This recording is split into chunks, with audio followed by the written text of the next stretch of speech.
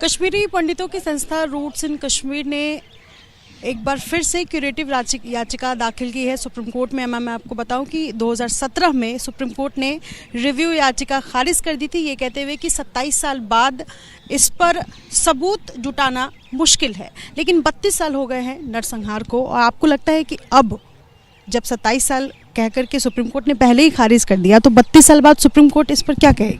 देखिए, 27 साल कह के सुप्रीम कोर्ट ने खारिज तो ज़रूर किया। उसके बाद सुप्रीम कोर्ट ने सिख जो नरसंहार हुआ दिल्ली में, उसको लेकर इन्वेस्टिगेशन शुरू कर दी। दिल्ली हाई कोर्ट ने सज्जन कुमार वर्सेस सीबीआई में कहा कि समय की बाध्यता जो मानवता के खिलाफ क्राइम हुए उन पे नहीं हो सकती। और इसके अलावा सुप्रीम कोर्ट ने महात्मा गांधी में क्या तीसरी गोली चली थी उसकी इन्वेस्टिगेशन लॉन्च कर दी। उसके बाद नेताजी सुभाष चंद्र बोस के विमान दुर्घटना की लॉन्च कर दी, जो 70 साल पुराने केसेस हैं। इसके अलावा आपको काफ़ी केसेस मिल जाएंगे भारत के न्यायालय सिस्टम में, इंटरनेशनल कोर्ट्स में, जहाँ पे टाइम एक लिमिट नहीं हो सकता, स्पेशली इन द केसेस जहाँ पे मानवता के खिलाफ अत्याचार हुआ, जहाँ पे जाति सहार नरसंहार हुआ, और यहाँ पे 5 लाख लोगों को एक रात में बेघर कर दिया गया, उनका नरसंहार कर दिया गया। तो मुझे आज उम्मीद है कि सुप्रीम कोर्ट शायद इस बात को मद्देनजर रखते हुए इस पिटीशन को एडमिट करेगी। इस आधार पर आप एक बार फिर से यहाँ पर पहुंचे हैं, किस समस्या आधार क्या है आपका? क्योंकि 27 साल कह करके एक बार खारिज हो जाता है, तो आज की तारीख में एक बार फिर अगर आप क्यूरेटिव याचिका दाखिल करने पहुंचे हैं, कोई तो आधार होगा कि स्ट्रॉन्ग डॉक्यूमेंट्स? हाँ, बिल्कुल स्ट्रॉन्ग डॉक्यूमेंट्स है। इनफैक्ट मैं आपको कोट ही कर देता हूँ। सज्जन कुमार वर्सेस सीबीआई 2018 में ऑनरेबल दिल्ली हाई कोर्ट कहता है, it is important to assure those countless victims waiting patiently that despite the challenges truth will prevail and justice will be done. और तो क्या 5 लाख कश्मीरी हिंदू समुदाय हक नहीं रखता है न्याय का, जस्टिस का? इसके अलावा इंटरनेशनल कोर्ट, यूएस कोर्ट की एक जजमेंट है, how long a delay is too long in a system which justice suppose to be right but deliberate. तो ये न्याय सुप्रीम कोर्ट को मेरे विचार में खुद ही सो मोटो कॉग्निजेंस लेना चाहिए था, उन्होंने नहीं लिया है।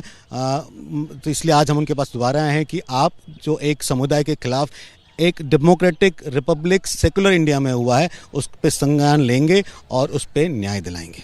जेनोसाइड को 32 साल हो चुके हैं। आज की तारीख में कश्मीर फाइल्स फिल्म आई, और जाहिर से बात है, सवाल इसलिए भी उठ रहा है कि क्या कश्मीर फाइल्स फिल्म को देखकर प्रभावित होकर एक बार फिर से आपका दर्द जाग उठा है?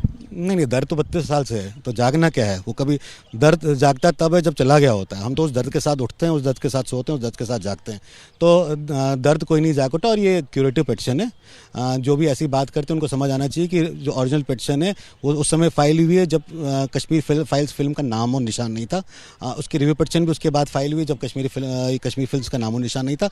और हमने ये पिछले साल ही ये पिटीशन फाइल कर दी थी, करने वाले थे, तैयार थी, और हमारे प्रेस रिलीजेज हैं इसको लेकर फरवरी में कि हम ये फाइल करने वाले। कोविड महामारी के कारण ये डिले हुआ, और ये एक महज इत्तेफाक है कि आज कश्मीर फाइल्स और हमारी पिटीशन साथ साथ आई। आपकी मांगे क्या क्या है? हमारी मांगे मुख्यतः ये 4 हैं। मुख्यतः पहली मांग है कि एसआईटी फॉर्म करा जाए सुप्रीम कोर्ट की निगरानी में, क्योंकि 32 साल होंगे। 32 साल में जम्मू कश्मीर पुलिस ने किसी भी केस पे कोई प्रोग्रेस नहीं दिखाया, कोई चार्जशीट फाइल नहीं हुई है, तो इनको वहाँ से निकाल के जाए, उनको फास्ट ट्रैक किया जाए। दूसरी हमारी मांग है कि स्टेट से आप स्टेटस अपडेट मांगिए इन ऑल केसेस का। तीसरी हमारी मांग है कि एसआईटी फॉर्म ये एक कमीशन फॉर्म करिए ताकि वो पता लगा सके जो एक्चुअल फिगर्स क्या है मारने के, कश्मीरी पंडितों का निष्कासन किस कारण से हुआ था वो पता लगाएं। और चौथी जो मांग है कि यासीन मलिक और बिट्टा कराटे जो कश्मीरी हिंदू समुदाय के नरसंहार, जाति सहार का मुख्य कारण रहे हैं, उनके केसेस फास्ट ट्रैक करे जाएं। उनके जो केस यासीन मलिक का खासकर जो केस 4 एयरफोर्स ऑफिसर किलिंग को लेकर है, जिसमें वो खुद मानते हैं कि उन्होंने वो करा है, उसको भी सीबीआई कोर्ट से कहा जाए कि उसको फास्ट ट्रैक करके न्याय मिला है। सर, आपका? मेरा नाम अमित रैना, मैं प्रवक्ता रूट्स इन कश्मीर।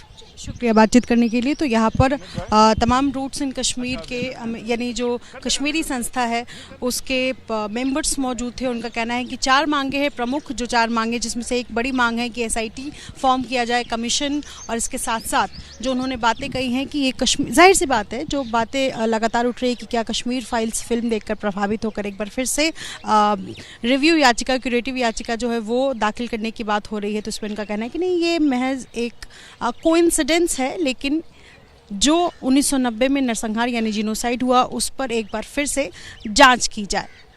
अपने सहयोगी मनोज के साथ नीतिश्री, एबीपी न्यूज़, दिल्ली।